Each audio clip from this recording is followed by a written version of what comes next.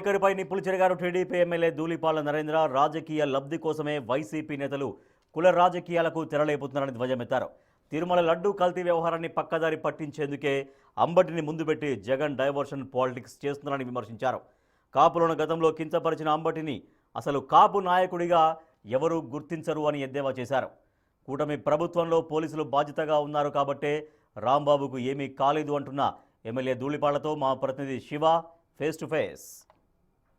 చంద్రబాబుపై మాజీ మంత్రి అంబటి రాంబాబు చేసిన కామెంట్స్ ప్రస్తుతం రాష్ట్రంలో హాట్ టాపిక్గా మారి ప్రస్తుతం టీడీపీ ఎమ్మెల్యే ధూళిపాల నరేంద్ర మనతో ఉన్నారు. సార్, ఏంటి సార్ రాంబాబు చేసిన వ్యాఖ్యలు ఏ రకంగా తీసుకున్నారు? ముఖ్యంగా ఏంటంటే జగన్మోహన్ రెడ్డి అధికారంలో ఉన్నప్పుడు, అధికారంలోకి వచ్చిన తర్వాత ఈ రాష్ట్రంలో ఒక విష సంస్కృతికి ఆయన నాంది పలికాడు.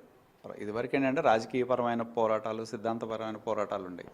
ఆయన అధికారంలోకి వచ్చిన దగ్గర నుంచి ప్రత్యర్థి పార్టీలని, వ్యక్తుల్ని టార్గెట్ చేయటం, తనకు సంబంధించిన వ్యక్తుల చేత ఆ కుటుంబాల గురించో వాళ్ళని వ్యక్తిగతంగా వారి యొక్క పేరు ప్రతిష్టల్ని హననం చేసే విధంగా వ్యాఖ్యలు చేయించటం, అడ్డగోలుగా మాట్లాడించటం, బూతులు మాట్లాడించటం, వాళ్ళ కుటుంబాలని టార్గెట్ చేయటం, ఇవన్నీ కూడా మనం చూసాం. ఆ అధికారంలో ఉన్నప్పుడు అధికారం ఉంది కాబట్టి పోలీసులను అడ్డం పెట్టుకొని ఇవన్నీ కూడా ఎవరైతే వాళ్ళని ప్రశ్నిస్తారో వాళ్ళ మీద కేసులు పెట్టడం, వేధింపులు మనం చూడటం జరిగింది. ప్రజలు వాళ్ళ యొక్క అహంకారానికి, వాళ్ళ యొక్క వైఖరిని దృష్టిలో పెట్టుకొని 11 సీట్లకి పరిమితం చేసినా కూడా వాళ్ళ యొక్క వైఖరి మారలేదనేది స్పష్టం అవుతూ ఉంది. ఎందుకంటే పైనుంచి జగన్మోహన్ రెడ్డి దగ్గర నుండి కింద వరకు ఆ పార్టీలో ఉన్న నాయకుల్ని మనం చూస్తే బూతులు తిట్టడమే మా సంస్కృతిలాగా ఇవాళకి కొనసాగుతూ ఉన్నారు. ఎందుకంటే రాజకీయ పార్టీ అంటే రాజకీయ పరంగా అధికారంలో మేము తప్పులు చేస్తే ప్రశ్నించడం, పోరాటాలు చేయటం, ఎవరో దాని గురించి తప్పుపట్టాల్సిన అవసరం లేదు. కానీ వాళ్ళు మాట్లాడుతున్న భాష కానీ పదజాలం కానీ చూస్తే అధికారం కోల్పోయినా కూడా వాళ్ళకి ఇంకా అహంకారం తగ్గలేదనేది స్పష్టం అవుతూ ఉంది.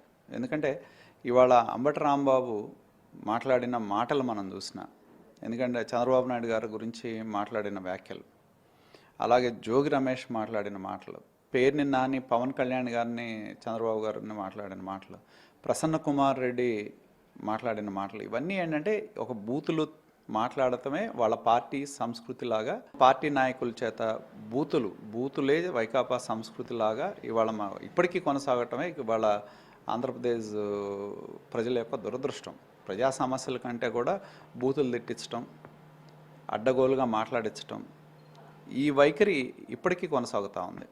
ఇది ఇవాళ నిన్న జరిగిన సంఘటన కూడా ఇది ఒక ప్రజల తిరుగుబాటు. అది ఎందుకంటే ఎవరైతే ఇప్పుడు ఒకప్పుడు జగన్మోహన్ రెడ్డి ఏం చెప్పాడు, పార్టీ ఆఫీస్ మీద దాడి జరిగితే నా గురించి వాళ్ళు మాట్లాడారు, అభిమానులు ఆగ్రహానికి గురయ్యారని చెప్పాడు.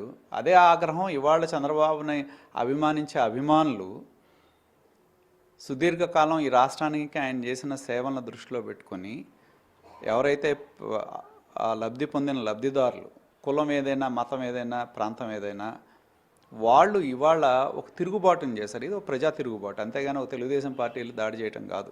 నేను ఇవాళ కూడా ఎక్కడో చూసి అసలు అంబటి రాంబాబు కాపు నాయకుడు ఎలా అవుతాడని చెప్పి అడుగుతూ ఉన్నారు. ఎందుకంటే కాపు సామాజిక వర్గానికి సంబంధించిన వ్యక్తిగా ఉండి ఆ సామాజిక వర్గానికి ఆయన చేసింది ఏం లేదు. ఎంతోమంది ఆ సామాజిక వర్గానికి సంబంధించిన నాయకులనే ఆయన మంత్రిగా ఉన్న కాలంలో వేధించారు. అదే నేను ఎక్కడో చూసా, ఆయన ఆ కులం గురించి ఏం మాట్లాడతారు, వీళ్ళు సిగరెట్లు తాగుతారు, మద్యం తాగుతారు, తాగుబోతులు, తిరుగుబోతులు అని కులం గురించి మాట్లాడిన వ్యక్తి కులానికి ఎలా ప్రతినిధి అవుతాడు? ఇవాళ కేవలం ఏంటంటే రాజకీయ ప్రయోజనం కోసం ఇవాళ తెలుగుదేశం పార్టీ, జనసేన, బీజేపీ కూటమి కలిసి ఉంది కాబట్టి కేవలం ఏదో ఒక కులాన్ని టార్గెట్ చేస్తున్నారనే ఒక అభిప్రాయాన్ని కలిగించే ప్రక్రియలో భాగమే మాట్లాడుతుంది తప్పితే, అంతకంటే రాంబాబు ఎప్పుడు కులానికి నిలబడి చేసిందేం లేదు. అంబటి రాంబాబు పవన్ కళ్యాణ్ ఎలా తిట్టాడు? పవన్ కళ్యాణ్ ఏ కులం ఆ రోజు? పవన్ కళ్యాణ్ కుటుంబాన్ని ఎలా తిట్టాడు? మరి ఆ రోజు కాపు కులం లేదా?